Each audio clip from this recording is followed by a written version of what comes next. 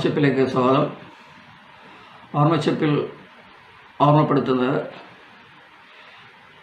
അനി എർണോ എന്നൊരു എഴുത്തുകാരിയാണ്, ഫ്രഞ്ച് എഴുത്തുകാരിയാണ്. 2022 സാഹിത്യത്തിനുള്ള നോബൽ സമ്മാനം ഇവർ നേടിയിരുന്നു. ഇവരുടെ എ വുമൺ സ്റ്റോറി, ഒരു പെണ്ണിൻ്റെ കഥ, അത് പ്രസിദ്ധമാണ്. ആ പെണ്ണ് മറ്റാരുമല്ല, തൻ്റെ അമ്മയെക്കുറിച്ചാണ് എഴുതുന്നത്. ജീവിച്ചിരിക്കുമ്പോൾ മറവി രോഗം പിടിപെടുന്ന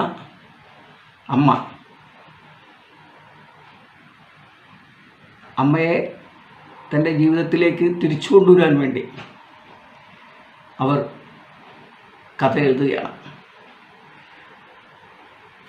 ഇപ്പോൾ അച്ഛനമ്മമാർ മരിച്ചു കഴിഞ്ഞാൽ മക്കളുടെ ഓർമ്മകളിലൂടെ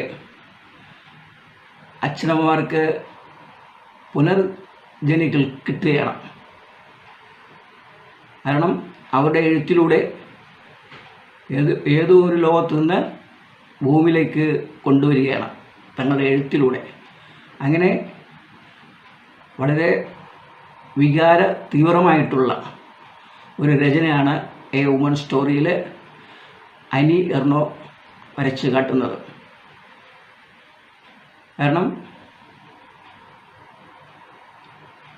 അന്ധകാരത്തിൻ്റെ പടുകുഴിയിൽ നിന്നും വെളിച്ചത്തിലേക്ക് നയിച്ചു കൊണ്ടുവന്ന് ഒരു പുതു വെളിച്ചം കൊടുക്കുക എന്നുള്ളതാണ് തൻ്റെ എഴുത്തിൻ്റെ ഉദ്ദേശം തന്നെ. ഇവിടെ ശരിക്കും അമ്മയുടെ വേർപാടിൻ്റെ ദുഃഖത്തിൽ നിന്നും അത് ദുഃഖം മറച്ചു വയ്ക്കാൻ വേണ്ടി, ദുഃഖം പാടെ ഇല്ലാതാക്കാൻ വേണ്ടി അവർ ഈ നോവൽ എഴുതുകയാണ്. നോബൽ പ്രൈസ് അവർക്ക് കിട്ടുകയുണ്ടായി. ഇതാണ് ഇന്ന് പറയാനുള്ളത്. അനി എർണോ.